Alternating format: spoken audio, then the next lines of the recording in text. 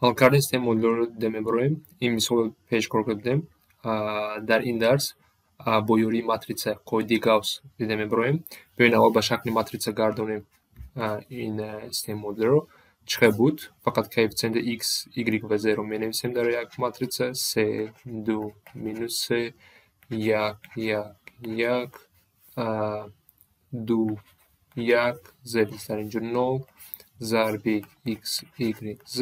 وقتی ما این ضرب رو اجرا میکنیم این سیستم مدل رو به دست میگیریم و جواب ما 7 مینوس 4 و 1. اکنون قاعده گاوس ما چی میگه؟ همین ماتریسه رو، ماتریسه که ما با وجود از کوفیشنت ها، همین رو به شکل چی باید گردونیم؟ این کوفیشنت رو باید 1 کنیم و اینها رو باید 0 کنیم.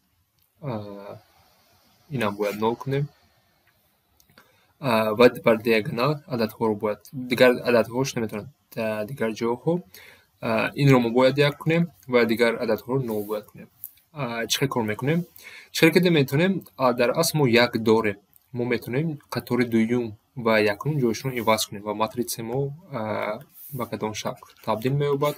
این میشود 1 1 1 3 2 مینوس 3 جایشون رو عوض کنیم 2 1 9 ضرب x y z. اکنون که ما جایشون رو عوض کردیم البته که مینوس 4 اول میبید، مینوس 4 7 و مینوس 1. اکنون ما این ماتریسه رو کار میکنیم. اکنون ما یکم کار جدا کردیم، 1 داریم، در اینجا 1 داریم، یک پرابلم نیست. اکنون تگ 1 رو همش رو باید 0 کنیم. چه میکردیم؟ قاعده ما چه بود؟ من در درسی قاعده گاوس این رو فهمونده بودم. در اکنون قطار یگان چی عوض نمی شود. عوض ما در کجا می شود؟ در قطار دوم. جواب هم چون من در اینجا نویسم مینوس 4 یگان چی عوض می شود.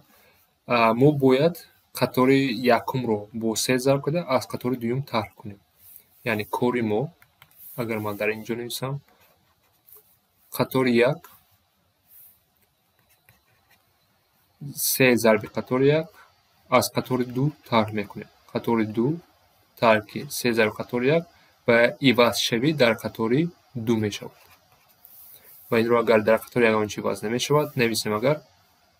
اگر فکر کنیم که همش رو به 3 ضرب کردیم و از قطار دوم طرح میکنیم، اینجا 9 می شود. 2 مینوس 3 این طرف مینوس 1 می شود. مینوس 3 مینوس 3 مینوس 6 می شود و مینوس 2 7 مینوس 12 9 می شود، 19 می شود. 7 مینوس 12 19 می شود. اکنون در قطار 3 هم عوض کنیم. چه عوض می شود؟ قطار 3 طرح 2 ضرب قطار 1 و عوض شوی در قطار 3 می شود. عوض کنیم چی می شود؟ قطار 3 طرح 2 ضرب قطار 1. در اینجا قطار 1 این می شود 9 مینوس 1 مینوس 2 و در اینجا مینوس 8 7 می شود. اکنون من باید چکار کنم؟ من مینوس 1 رو باید اختصار کنم. اکنون اینجا رو من باید 9 کنم. اینجا رو برای 9 کردم من باید با قطار 2 قطار 3 قطار 3 از قطار 2 طرح کنم. یعنی کاری ما چی می شود؟ قطار 3 طرح قطار 2 و عوض شوی در قطار 3 می شود. یعنی چقدر که می بینیم در قطار 1 یگان چی عوض نمی شود؟ قطار 1 رو چقدر بوده میمونیم 1 1 1 مینوس 4. قطار 2 یگان چی عوض نمی شود؟ چقدر هست هم می‌نویسیم 9 مینوس 1 مینوس 6 19 و عوض شوی ما در قطار 3 می شود. چکار میکنیم؟ قطار 3 طرح قطار 1 9 می شود. 9 مینوس 9 مینوس 1 مینوس 1 این باز 9 می شود. مینوس 2 مینوس 6 4 می شود. 7 مینوس 12 می شود. اکنون ما ماتریسه رو با وجود آوردیم. ماتریسه ساده شده با از روی قاعده گاوس. این چی میگوید؟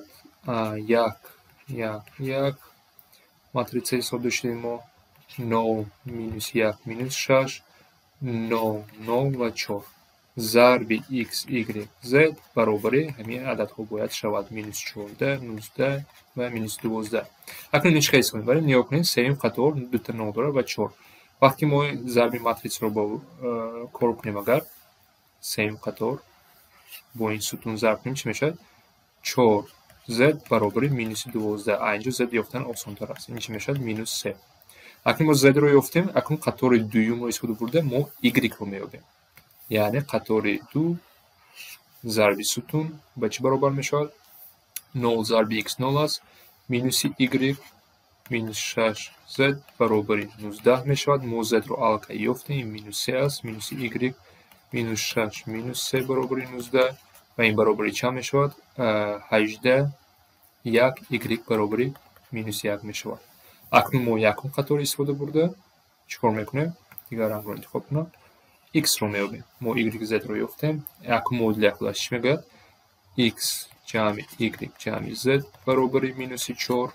اکنون ما x رو باید یابیم. y رو یافتیم. این مینوس 1 جمع z رو یافتیم. این مینوس 3 است برابر مینوس 4.